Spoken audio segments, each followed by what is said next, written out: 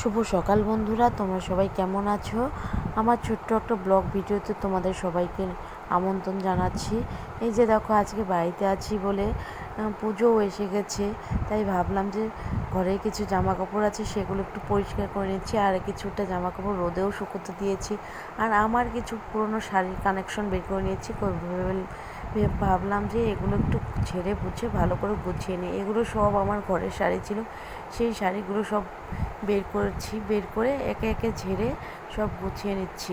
এগুলো গোছানোর পর সব থেকে একটা যে জিনিসগুলো বের করলাম সেটা হচ্ছে আমার বরের কিছু জামা কাপড়, যেগুলো এখনও আমি ঘরে রেখেছি স্মৃতি হিসেবে।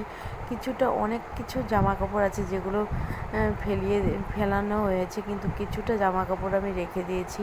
এগুলো আমার যখন খুব খারাপ লাগে বের করে দেখি।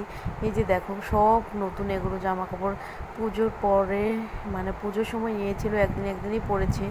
তারপরে তো পুজোর 2 মাস পরেও হঠাৎ করে এই পৃথিবী থেকে অসময়ে চলে গেল, কিন্তু এই জামা কাপড়গুলো কিন্তু আমি রেখে দিয়েছি স্মৃতি হিসেবে। হয়তো আমি যতদিন থাকবো এই জামা কাপড়গুলো ততদিন আমি রেখে দেবো আমার কাছে স্মৃতি হিসেবে।